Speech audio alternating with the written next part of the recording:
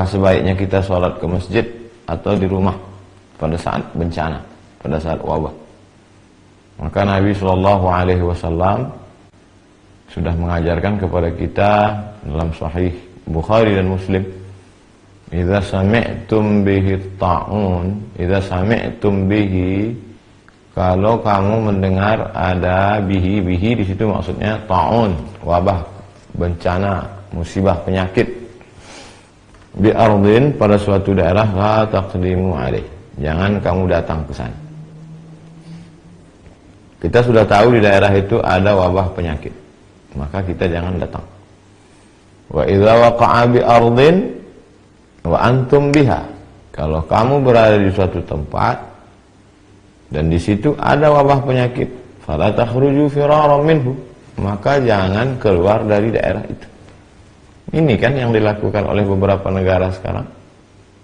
Italia misalnya, kita sudah tahu di sana ada wabah terbesar nomor 2 setelah Cina, maka kita jangan ke sana. Jangan liburan ke sana. Ini dikasih cuti malah pergi liburan ke Eropa. Dan kalau kita udah sempat ke sana, maka jangan pulang ke Indonesia. Alhamdulillah sekarang sudah ada karantina 14 hari untuk sterilisasi.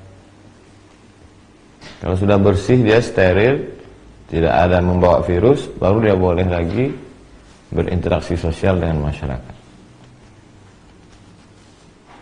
Lalu ada sebagian orang mengatakan, untuk apa kita takut bencana? Kita kan takutnya kepada Allah Subhanahu wa taala. Loh, ini kan yang mengajarkan Nabi Muhammad sallallahu alaihi wasallam. Kata Nabi, "Firra minal majzum." Firra, larilah engkau minal majzum. Kalau ada orang yang terkena penyakit menular, di sini dalam konteks ini Nabi menyebutkan penyakit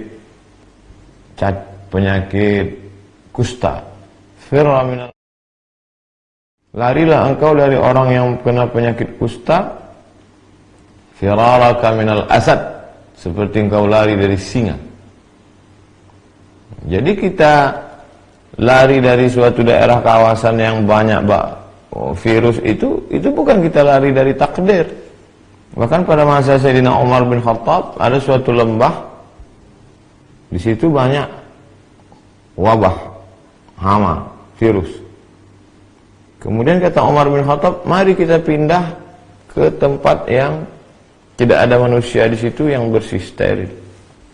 Loh, kalau begitu kita lari dari takdir, kita pindah dari takdir yang buruk ke takdir yang baik. Nah, jadi bukan berarti ketika ada orang terkontaminasi bakteri lalu saya tidak takut pada bakteri, hanya takut pada Allah. Itu tidak betul. Kita sudah meninggalkan sunnah Rasulullah SAW. Bagaimana kalau ada orang yang jelas-jelas tertular, kena virus, lalu dia ingin bersalaman dengan kita? Zaman Nabi pernah itu.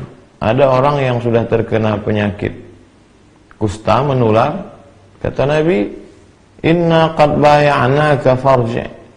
Kami sudah membaiat engkau. Sudah berbaiat.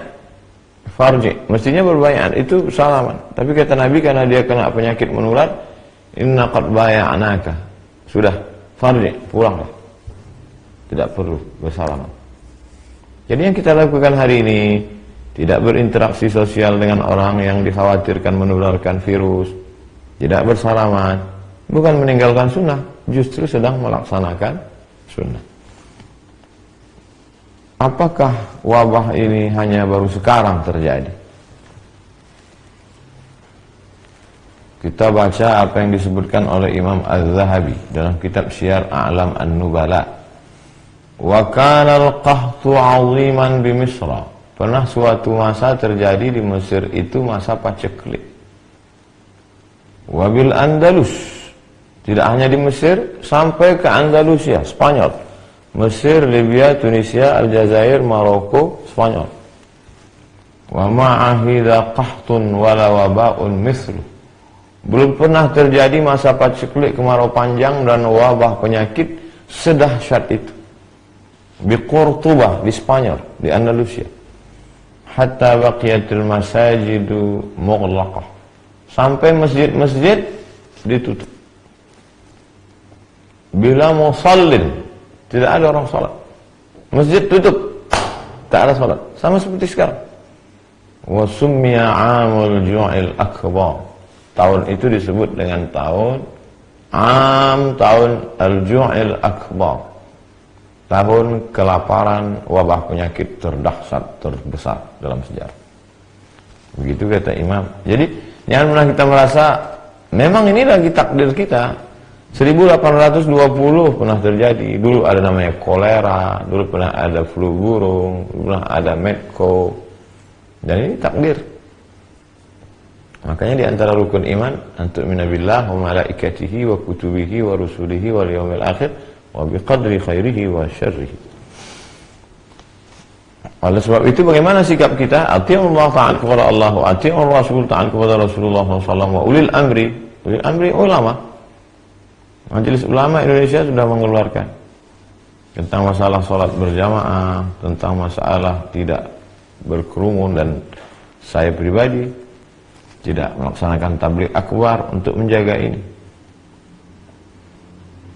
Bahwa ada sebagian orang mengatakan risau, kenapa masjid ditutup, kenapa mall tidak, kenapa masjid ditutup, kenapa airport tidak, kenapa masjid ditutup, kenapa bioskop tidak. Itu tidak serta-merta lalu kita berkata kalau begitu masjid jangan ditutup. Jadi yang tepat itu bukan begitu. Tidak berkerumun di masjid, juga tidak berkerumun di mall. Yang sampai ketika orang ditanya, kamu tidak sholat Jumat? Saya takut nanti tersebar virus. Dia tidak sholat Jumat, dia tidak sholat berjamaah, tapi ke mall.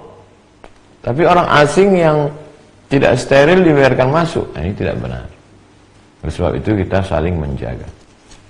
Saya percaya kepada Majelis Ulama Indonesia dan khusus Mesir, karena saya alumni Al-Azhar, ikut Hay'atu Kibar Ulama Al-Azhar. Saya sebagai orang yang awam, tidak berilmu, ikut ulama-ulama guru-guru kami di Azhar yang sudah mengeluarkan keputusan pada tanggal 15 Maret 2020 tentang gugurnya sholat Jumat dan sholat fardu. Perlu kita pahami bahwa korban akibat virus corona di Mesir jauh di bawah Indonesia. Coba lihat pengumuman, paling tinggi di atas Cina, setelah itu Italia, setelah itu Iran. Kita Mesir jauh di bawah.